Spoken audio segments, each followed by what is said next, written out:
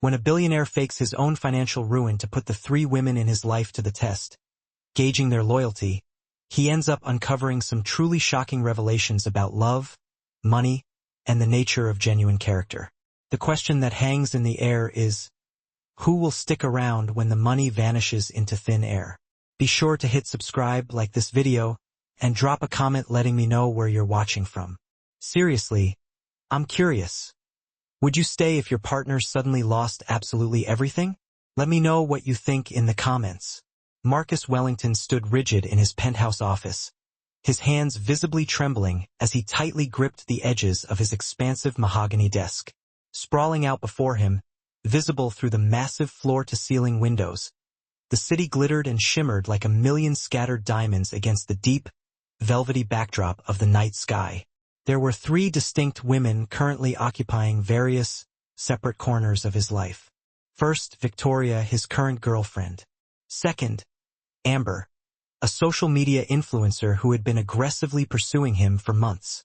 And finally, Zanaya, his maid, and within the next 72 hours, he planned to finally discover which one of them truly deserved to remain a part of his life.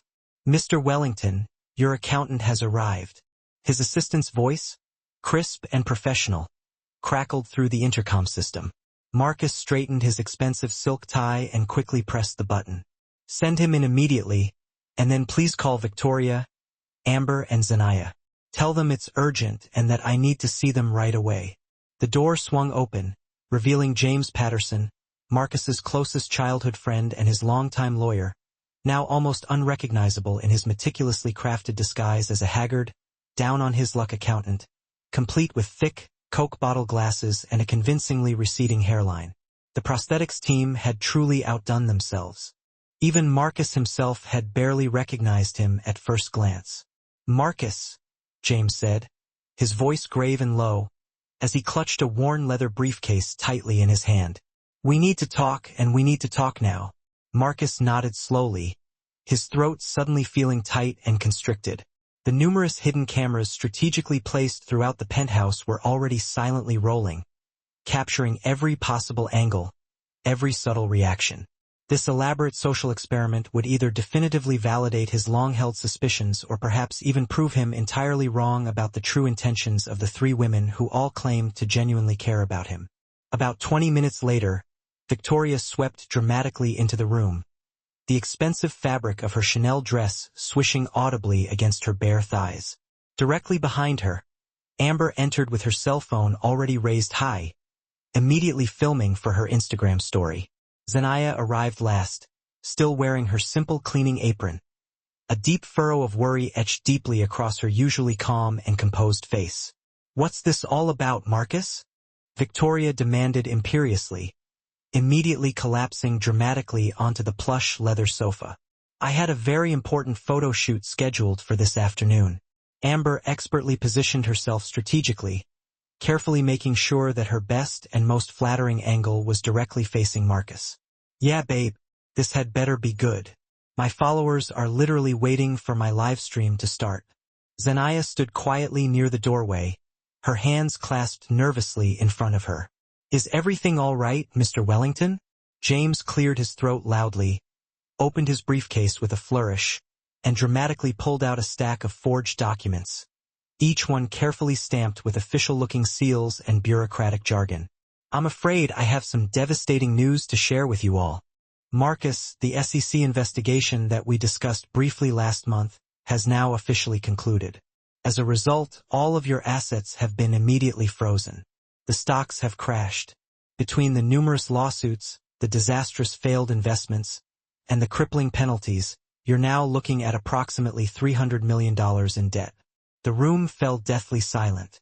Victoria's delicate champagne glass slipped from her perfectly manicured fingers, shattering loudly against the cold, hard marble floor. Amber's phone clattered awkwardly onto the expensive coffee table. Zanaya gasped softly, her hand flying instinctively to cover her mouth in shock. "What?" Victoria shrieked suddenly, jumping abruptly to her feet. "What do you mean broke? How is that even remotely possible?"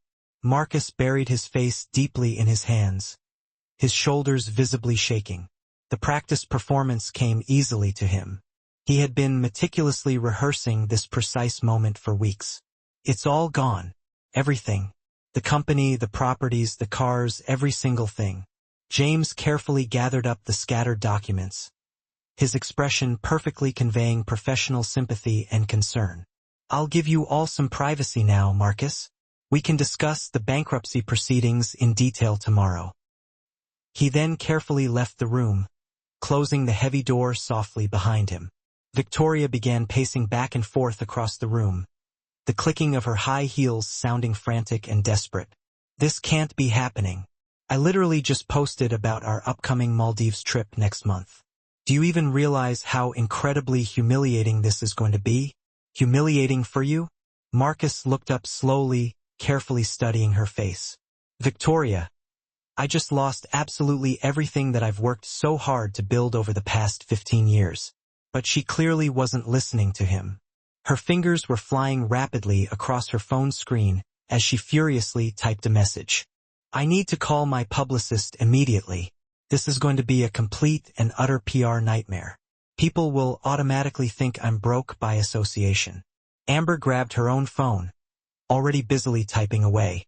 Marcus, I am so sorry, but I just can't be publicly connected to this kind of scandal. My sponsors, my brand deals, everything that I've worked tirelessly to achieve. I understand, Marcus said quietly, carefully watching both women as they spiraled quickly into a state of utter panic about the potential damage to their respective public images, rather than expressing any real concern for his personal well-being. Zaniah still hadn't moved an inch from her spot by the door. Tears were streaming silently down her face, but she clearly wasn't crying for herself. Mr. Wellington, is there anything at all that I can do to help? Before he even had a chance to answer, Victoria whirled around sharply. Help! Zaniah, seriously, read the room. We are all losing something significant here. Marcus obviously can't afford to keep you employed anymore. I wasn't asking about my job, Zaniah said softly, maintaining her usual quiet dignity despite Victoria's venomous tone. I was simply asking what Mr. Wellington needs right now. Marcus felt a surge of genuine emotion welling up inside him, threatening to break his carefully constructed character. He had been working closely with Zaniah for the past 3 years, watching Victoria routinely belittle her on a daily basis, and witnessing her quiet inner strength and resilience. This entire elaborate experiment was as much for her personal vindication as it was for his own enlightenment. Victoria grabbed her expensive Birkin bag from the sofa. I honestly can't even deal with this right now. I'm staying at Miranda's place tonight. I just need some space to process all of this. Process what exactly? Marcus asked, his voice sounding hollow even to his own ears. Everything? Victoria gestured wildly around the luxurious room.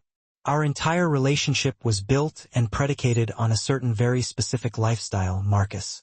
You can't realistically expect me to just pretend that none of that actually matters. Amber stood up and began smoothing out her designer dress. I probably should go too. This energy is just so incredibly negative, and I have a wellness brand to protect. Marcus, I truly hope that you understand. It's really nothing personal, just strictly business.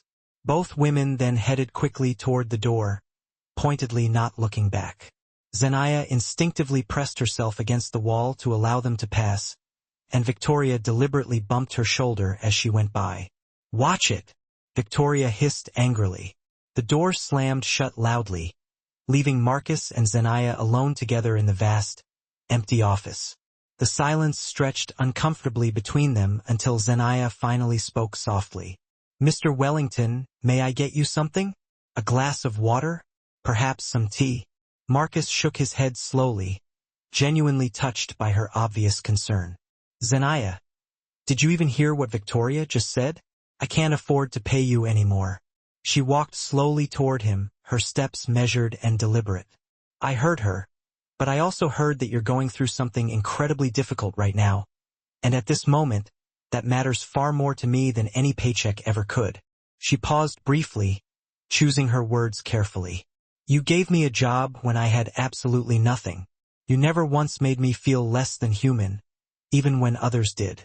If you simply need someone to just sit here quietly with you while you figure things out, I am more than willing to do that. Marcus looked directly at this woman who cleaned his home, who endured countless insults with unwavering grace, and who quietly studied business management courses on her laptop during her lunch breaks when she mistakenly thought that no one was paying attention. The hidden cameras were silently capturing every single word, every subtle gesture. This was precisely why he had designed this elaborate test in the first place. If you're watching this right now, be sure to smash that subscribe button because what happens next will absolutely blow your mind. Drop a comment down below and tell me what you think of Victoria and Amber's reactions so far. Go home, Zenaia, Marcus said, his voice cracking slightly with emotion. Go be with your family. I'll figure all of this out eventually. She hesitated briefly at the door, then turned back to face him. I'll be here tomorrow morning, same time as always. After she finally left, Marcus collapsed heavily onto the sofa, staring blankly up at the ceiling. James emerged from the hidden room where he had been carefully monitoring all of the camera feeds. Phase 1 complete, James said, beginning to remove his prosthetic nose. Victoria's already posting cryptic, vague Instagram stories. Amber just unfollowed you on everything. Marcus sat up slowly. And Zenaia? James pulled up the security footage from the hallway. Zenaia's standing by the elevator, her phone pressed tightly to her ear. Mom, something really bad happened to Mr. Wellington. No, I'm fine. I'm just really worried about him. Can I call you back in a few minutes? I need to research some job listings for him. Marcus felt his chest tighten noticeably. She's job hunting, for me? Day 1 down, James said. 72 hours to go. That night, Victoria didn't come home. Marcus checked his phone obsessively, but her only communication was a brief text message at 2 o'clock in the morning. Need time to think about us and what this all means for my future. Amber's Instagram story showed her at an exclusive, members-only nightclub with the caption, protecting my energy from toxic situations, followed by another post with the quote, sometimes you just have to love yourself first. The next morning, Zenaia arrived promptly at 7 a.m. carrying several heavy grocery bags. Marcus met her at the door, genuinely surprised. What's all this? I noticed that you've been ordering a lot of takeout lately, Zenaia said, quietly moving past him into the kitchen. That can get really expensive. I brought all the ingredients to do some simple meal prep for you. It'll easily last you the whole week. Marcus watched her unpack chicken, various fresh vegetables, and rice. Zenaia, you really didn't have to do this. I know. She pulled out a cutting board. But I wanted to. For the next hour, she busily cooked while Marcus sat silently at the kitchen island, carefully maintaining his appropriately dejected persona. His phone buzzed repeatedly with urgent messages from various creditors. Actors that James had hired to make the staged bankruptcy seem even more realistic. Mr. Wellington, Zenaia said carefully, gently sliding a plate of food toward him. I've been thinking. I actually have some savings set aside. It's not much, but if you need some help with any immediate expenses. Absolutely not. Marcus interrupted her firmly. Zenaia, I absolutely cannot take your money. It's not charity. Just consider it a loan. She met his eyes directly. You helped me when I was struggling to pay for my online courses. You gave me a generous Christmas bonus when my mom got sick. Please let me help you now. Marcus had to consciously look away. The cameras were capturing the entire moment perfectly. Her completely genuine offer, and his own barely contained emotion. This woman earned a tiny fraction of what he routinely paid for a single dinner with Victoria. Yet here she was, generously offering him her entire life savings. I'll think about it, he managed to say finally. Victoria finally called at noon. Marcus, we really need to talk. I'm listening. This whole situation is just way too much for me to handle. My therapist says I need to actively protect my mental health. Being in a relationship with someone who's financially unstable is creating intense anxiety for me. Marcus gripped the phone even tighter. I'm financially unstable. Just 2 days ago, you told me that you would love me no matter what. That was before I actually knew what no matter what really meant. Victoria's voice rose in pitch. Be realistic, Marcus. I have a specific lifestyle that I simply have to maintain. My carefully curated Instagram aesthetic, my lucrative brand partnerships, my social circle, they all expect a certain level of luxury. I just can't be seen publicly with someone who's bankrupt. So that's it? 2 years together, and you're walking away simply because my bank account suddenly changed? Victoria sighed dramatically. Don't try to make me the villain here. I'm just being honest about what I truly need. You should actually appreciate that. Besides, you'll understand everything once you've had some time to process it all. We're just not compatible anymore. The line then went dead. Marcus stared blankly at his phone. And despite fully knowing that this entire scenario was completely staged, the sting of rejection was still surprisingly painful.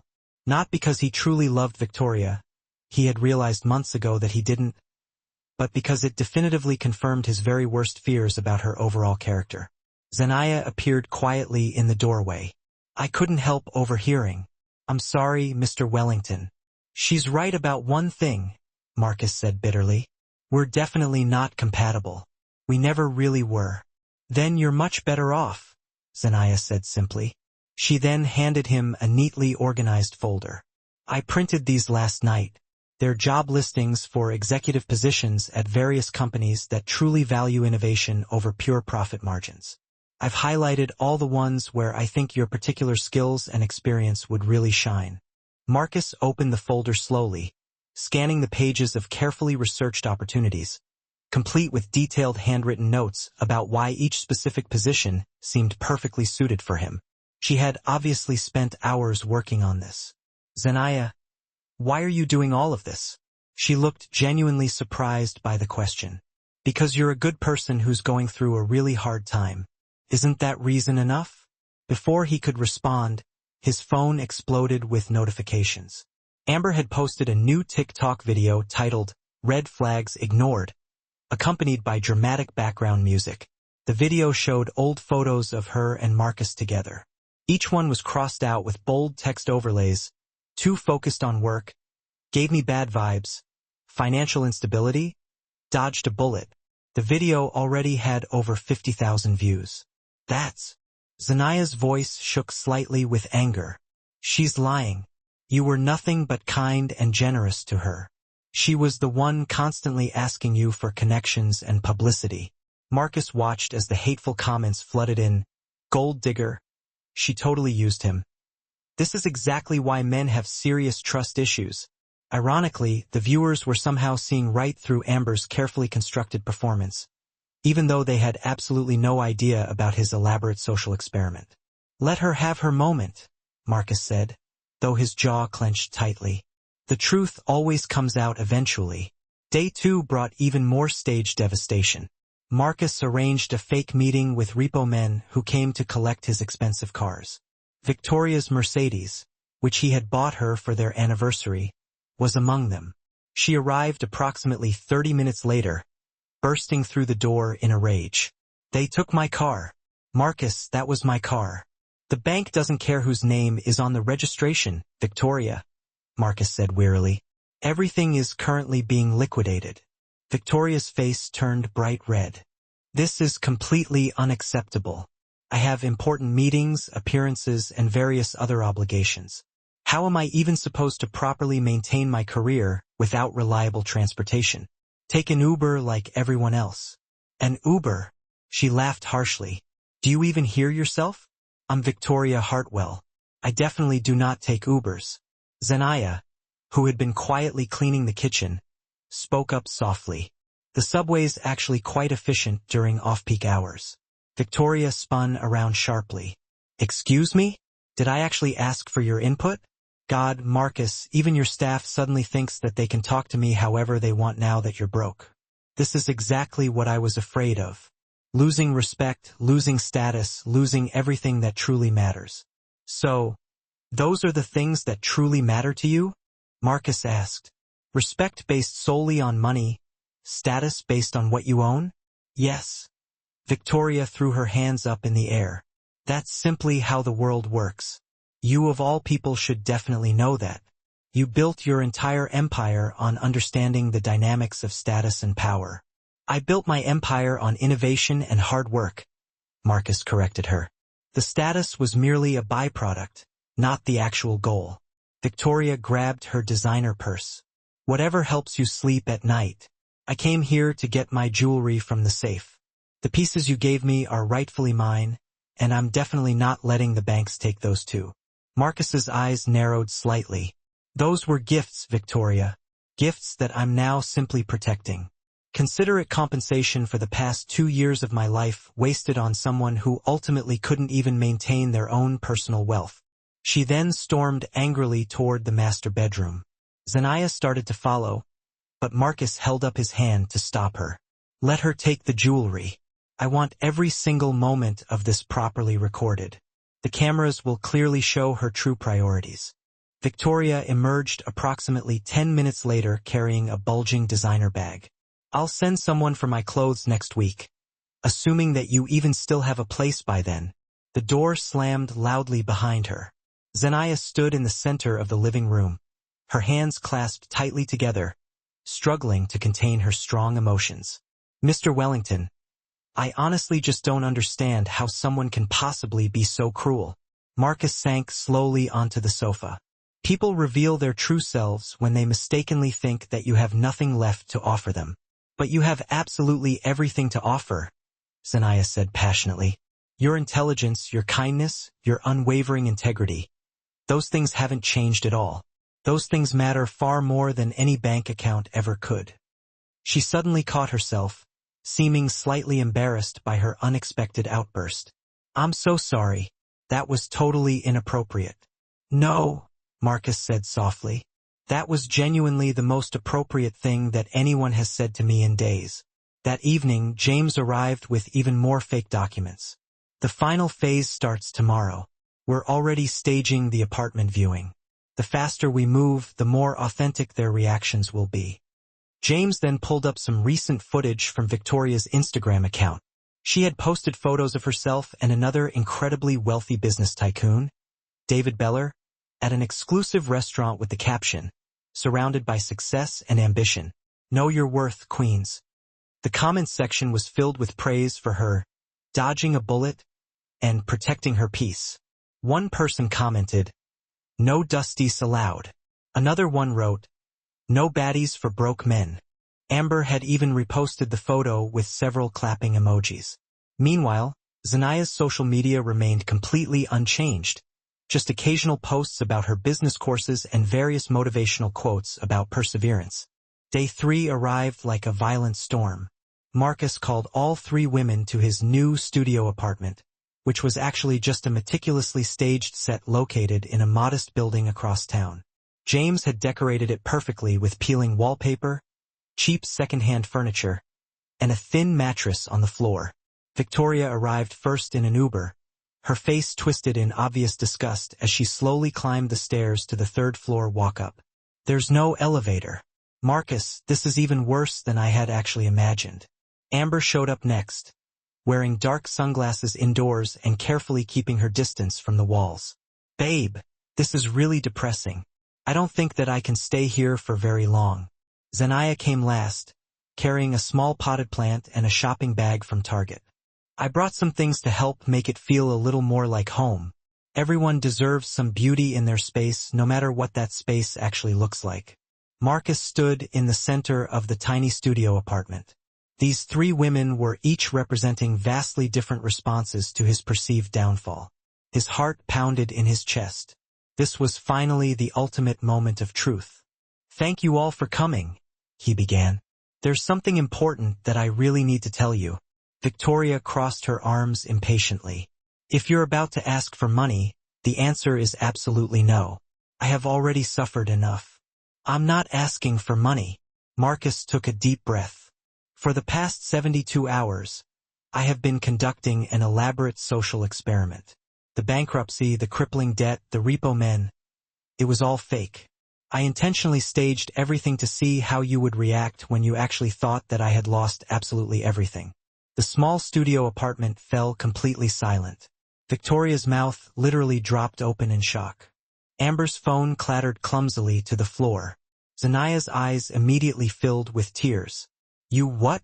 Victoria's screech echoed loudly off the bare walls. Are you completely insane? Do you have any idea what you have actually put me through? The utter embarrassment, the abject humiliation. I told absolutely everyone that you were bankrupt. My followers, my friends, my family. That's what primarily concerns you? Marcus asked quietly. Not that you actually abandoned me, stole my jewelry, and called me beneath your class? I was merely protecting myself. Victoria's voice cracked slightly. You can't blame me for having basic self-preservation instincts. Amber laughed nervously. Oh my God. Marcus, this is totally crazy. But it would honestly make amazing content. We should film a reunion video. We pranked you back. It'll definitely go viral. Marcus turned to face her slowly. You blocked me on every single social media platform, made several TikToks calling me a red flag, and completely deleted all of the photos of us together. Now you actually want to profit from my immense pain? It wasn't at all personal, Amber protested weakly. It was just brand management. Surely you of all people can understand basic business decisions. I completely understand that you're both exactly who I actually thought you were. Marcus pulled out his cell phone, immediately pulling up the hidden camera footage. Every single moment of the past 3 days had been meticulously recorded. Every insult Victoria had thrown at Zaniah. Every cold rejection, every conscious priority placed squarely on money above basic human decency. Victoria's face went ashen. You recorded us? That's completely illegal. Actually, it's not. You were voluntarily in my home, where the presence of surveillance cameras is very clearly disclosed in the rental agreement that you knowingly signed when you moved in. But don't worry, none of this particular footage will be made public unless you specifically force my hand. He then turned to face Zaniah, who hadn't moved or even spoken since his shocking revelation. Tears were streaming silently down her face, but she definitely wasn't crying from either anger or betrayal. Her overall expression instead showed pure and unadulterated relief. Zaniah, Marcus said gently, you actually offered me your life savings. $3,000 that took you literally years to carefully save. You diligently job hunted for me, cooked delicious meals for me, and showed up here every single day with absolutely nothing to personally gain and truly everything to lose. Why?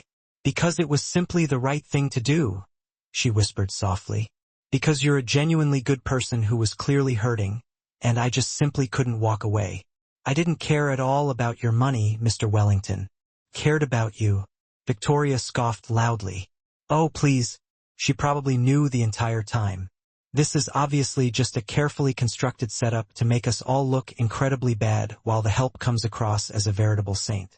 Marcus quickly pulled up time-stamped footage clearly showing Zaniah's genuine shock and surprise at the initial bankruptcy announcement. Her late-night research sessions, her tearful phone call to her mother. She had absolutely no idea. Unlike you, Victoria, some people's inherent kindness doesn't actually have a price tag. He then looked directly at all 3 women. I tested you all because I really needed to know who would ultimately stay when the money completely disappeared. Victoria, you ultimately showed me that your supposed love was entirely conditional on the state of my bank account. Amber, you definitively proved that I was only actually valuable to you as a fleeting status symbol. But Zaniah, you genuinely revealed something that I had always sincerely hoped to find, but very rarely believed actually existed. Genuine human decency. Victoria's shock morphed quickly into incandescent rage. So what? You're simply firing me as your girlfriend and immediately hiring the maid instead? This is a ridiculous fairy tale, Marcus, not actual real life. This is exactly real life, Marcus countered firmly. You've spent the past 2 years treating Zaniah as if she were completely invisible, beneath you, and utterly unworthy of even basic human respect. You constantly mocked her education, criticized her appearance, and generally made her daily life miserable. Now you're just angry that she responded to my perceived crisis with unbelievable grace, while you responded with nothing but obvious greed. She's playing you, Victoria shrieked. She's been meticulously planning this entire thing from the very beginning. A poor girl working for a billionaire. She absolutely knew exactly what she was actually doing. Zaniah finally spoke, her voice surprisingly steady despite her obvious tears. I was simply doing my job, Miss Hartwell. That's absolutely all.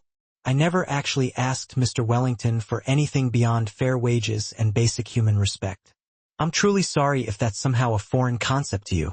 Victoria suddenly lunged forward, but Marcus quickly stepped directly between them. Get out, Victoria. Both of you. This elaborate experiment is finally over. Amber grabbed her purse, already furiously typing away on her phone. You will seriously regret this, Marcus. My followers will cancel you so fast. Let them certainly try, Marcus said coldly. I have detailed documentation of absolutely everything. Every single lie, every manipulation, every truly revealing moment of your actual character. I would sincerely advise you both to just walk away quietly. Both women then fled the small studio apartment, their expensive heels echoing loudly in the narrow stairwell. Marcus turned to face Zanaya, who stood trembling slightly by the window. I'm so sorry, he said. I'm truly sorry that I put you through all of that. I'm sorry that I unfairly used you as part of this elaborate test without your explicit knowledge. But I am definitely not sorry for what I ultimately learned. What did you learn? Zanaya asked quietly. That you're exactly the kind of person that I want to have in my life. Marcus pulled a neatly sealed envelope from inside his jacket. This is a contract for a new position, executive assistant, with an annual salary of $150,000. You'll work directly with me on all of my various business ventures and philanthropic projects. But even more importantly, I would genuinely like to take you out to dinner. A real dinner, not as employer and employee, but as two people who truly see each other clearly. Zanaya stared at the envelope, then back at Marcus. Mr. Wellington, I certainly appreciate this offer, but I truly don't want you to feel even slightly obligated. I really don't feel obligated, Marcus interrupted her. I genuinely feel grateful. You saw me at my absolute worst, or at least what you thought was my worst, and you still stayed. You selflessly offered me everything that you actually had. That's definitely not obligation, Zanaya. That's simply the bedrock of something real. She wiped away her lingering tears, a small but genuine smile breaking through. Can I just think about it for a few minutes? Of course. Take all the time you need. Okay. She took the envelope carefully in her hands. I'll think about it for approximately 30 seconds. She paused, then smiled even wider. Yes, to absolutely all of it. The amazing new job, the lovely dinner, whatever this may ultimately become. Yes. Marcus felt something truly shift deep in his chest. Relief, joy, hope. For the past 3 years, he had simply watched this incredible woman quietly persist through constant disrespect and significant hardship. Now, finally, he could openly acknowledge what he had previously been too blind to actually see. Her extraordinary strength, her inherent grace, and her immeasurable worth. But the story definitely didn't end there. Stories like this almost never actually do. Approximately 2 weeks later, the elaborate social experiment went absolutely viral. Marcus hadn't actually planned to publicly release any of the raw footage, but someone ultimately leaked a short portion of it online. Specifically, the moment that Victoria had stolen the expensive jewelry and called him beneath her class. The video exploded across various social media platforms, garnering millions of views within mere hours. Victoria's personal Instagram account was immediately flooded with hateful comments calling her a gold digger. Her lucrative sponsorships quickly pulled out. Her modeling agency promptly dropped her. In utter desperation, she fought back the only way that she truly knew how, by attacking the easiest possible target. She published a long, scathing article on a sleazy gossip blog titled Gold Digger Exposed. Maid seduces vulnerable billionaire during fake bankruptcy stunt. The article painted Zanaya as a manipulative schemer who had actually known about the entire test from the very beginning and had cleverly used it as a perfect opportunity to seduce Marcus when he was at his most emotionally vulnerable. The shocking article went viral even faster than the original leaked video. Suddenly, Zanaya's social media just blew up with all these nasty, hateful messages. She was being called a home wrecker, a manipulative witch, a gold digger pretending to be something she wasn't. Strangers were picking apart her whole life, her education, her family history. Someone even dug up her mother's address and posted it online with threats. Marcus found Zanaya in his office, just scrolling through all the awful comments, her hands shaking like crazy. Tears were pouring down her face, but she wasn't making a single sound. "They think I'm a liar," she finally whispered, her voice cracking. "They think I used you. They're saying horrible things about my mom, about my family." She looked up at him, her eyes filled with pain. "Marcus, I never asked for any of this." Marcus knelt down next to her chair, trying to meet her gaze. "I know," he said softly. "This is my fault. I'll fix it." Zanaya looked at him, her eyes red and swollen from crying. "How?" she asked, a hint of desperation in her voice. "The internet never forgets. These accusations are going to follow me around forever. Even if you release the full video footage, people are still going to believe whatever they want to believe." She was right, and they both knew it deep down. The narrative had already been written in their minds. Poor Maid seduces rich man. It fit way too perfectly into all those existing stereotypes to be easily taken apart. Marcus spent the next 48 hours locked in meetings with his legal team and a team of investigators. They uncovered some shocking information. It turned out that Victoria had actually fabricated evidence, doctoring text messages to make it look like Zanaya was plotting with Marcus before the experiment even began. And that was just the start. They discovered she'd paid a gossip blog $15,000 to run the story without bothering to check any of the facts. But the most damning thing of all was that they found text messages between Victoria and Amber, where they were openly plotting to destroy Zanaya's reputation. In one of the texts, Victoria had written, "If I can't have him, no one can, especially not the help. Let's ruin her so badly that he'll drop her out of pure embarrassment." Armed with this incredible evidence, Marcus decided to call a press conference.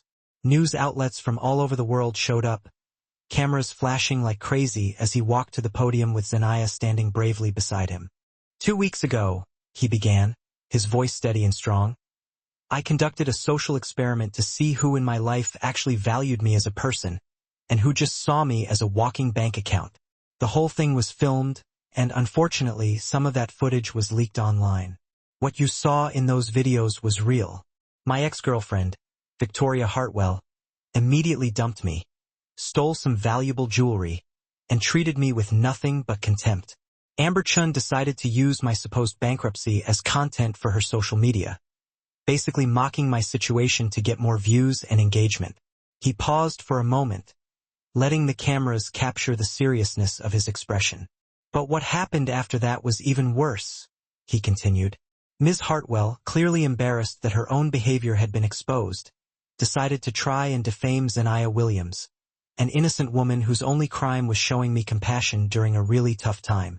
Ms. Hartwell fabricated evidence, paid for false stories to be published, and conspired with others to destroy Ms. Williams' reputation out of pure spite and jealousy." Suddenly, the screen behind him lit up with evidence. There were the fake text messages, complete with metadata showing that they'd been created long after the fact. There were bank records that proved Victoria had paid the gossip blog. And there were screenshots of those incriminating text messages between Victoria and Amber. "Ms. Williams had absolutely no idea about my social experiment," Marcus explained. "She responded to my crisis with genuine kindness, even offering me her own savings and her support, simply because that's the kind of person she is. She's been harassed, threatened, and defamed because a bitter ex-girlfriend couldn't handle being held responsible for her own actions." Marcus turned to Zanaya, who was standing stiffly beside him, trying to keep her composure. "I'm not here to tell you who to believe," he said, his voice filled with emotion. "I'm here to present you with the facts. My legal team has already filed defamation lawsuits against Victoria Hartwell and all the publications that ran her false story without even bothering to verify it. But more importantly, I'm here to say this.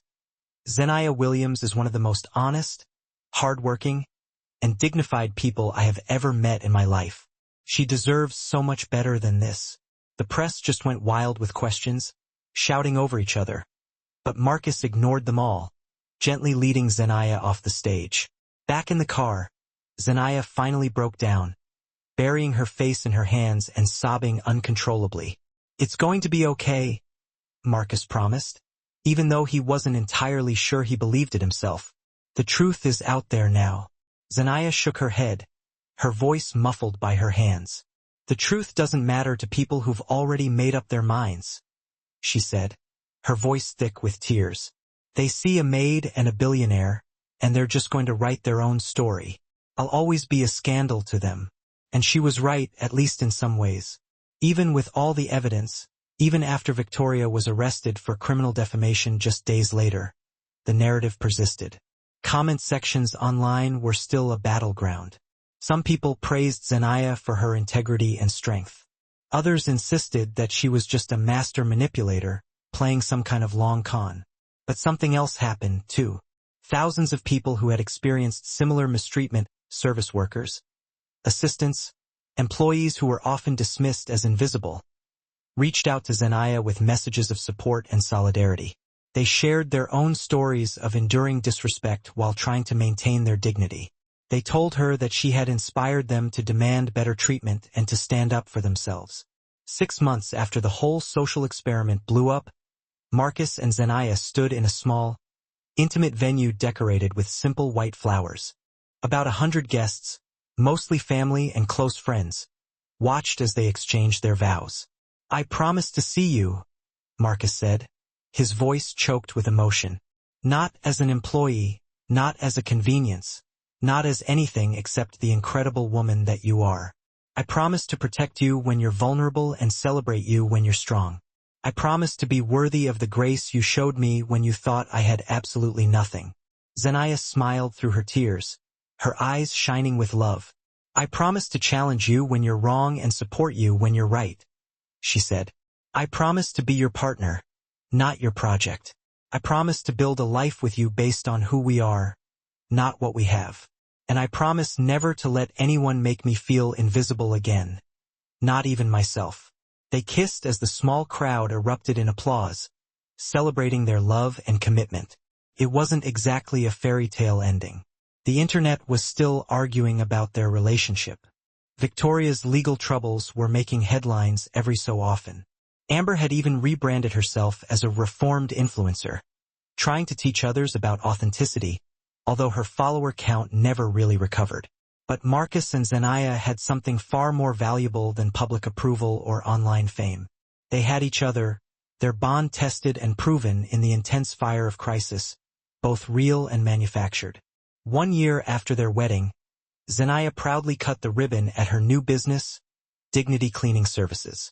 Marcus had helped her get started with some initial funding, but she built the whole thing herself, a company that paid fair wages, offered comprehensive benefits, and treated every single employee with the respect and dignity they deserved. "This is for everyone who's ever felt invisible," she told the small crowd gathered at the opening ceremony, her voice ringing with passion. "For everyone who's been dismissed, disrespected, or underestimated because of the work they do. You matter. Your dignity isn't determined by your job title or your bank account. It's determined by how you treat people when you have absolutely nothing to gain from them, and how you demand to be treated in return." Marcus watched from the audience, his heart swelling with pride and admiration. This was what the whole social experiment had really revealed, he realized. Not just who would abandon him when the money was gone, but who would rise to the occasion when given the opportunity. That evening, they sat together in their modest home, a home they had deliberately chosen despite Marcus' immense wealth. Zanaya had insisted on something comfortable and unpretentious, something that felt like it truly belonged to both of them, not just to him. "Do you ever regret it?" Marcus asked, his voice soft and thoughtful. "All the controversy, the constant scrutiny, the endless accusations?" Zanaya considered the question carefully, then slowly shook her head. "I regret that people were hurt," she said honestly. "I regret that it got so ugly and personal. But I don't regret staying when you needed someone. I don't regret being honest about who I am and where I come from. And I definitely don't regret saying yes to you, even though I knew you weren't actually bankrupt." She laughed, a warm, genuine sound that filled the room. "Especially because you're not actually bankrupt. Someone has to pay for my dream house eventually, right?" They laughed together, their love and connection evident in that shared moment of joy. And in that moment, Marcus understood something profound. True wealth wasn't measured in dollars or properties or status symbols. It was measured in moments like this: genuine laughter, mutual respect, a partnership built on truly seeing each other clearly and choosing each other anyway, despite all the challenges and obstacles. The social experiment had finally ended, but the real experiment, the experiment of building a life together, day by day, with integrity as their foundation and love as their guiding principle, was just beginning. And that, Marcus thought, was worth more than any amount of money could ever buy. If the story resonated with you, if it made you think about how you treat the people in your life and what you truly value in your relationships, do me a favor and hit that subscribe button right now. Drop a comment below and tell me honestly. Would you stay if your partner lost everything? Would you be a Victoria, an Amber, or a Zenaya? And smash that like button if you believe that character matters far more than cash. Remember, you never truly know someone's heart until they have absolutely nothing to gain from you. Choose your people wisely, and always strive to be the kind of person worth choosing. I'll see you in the next video.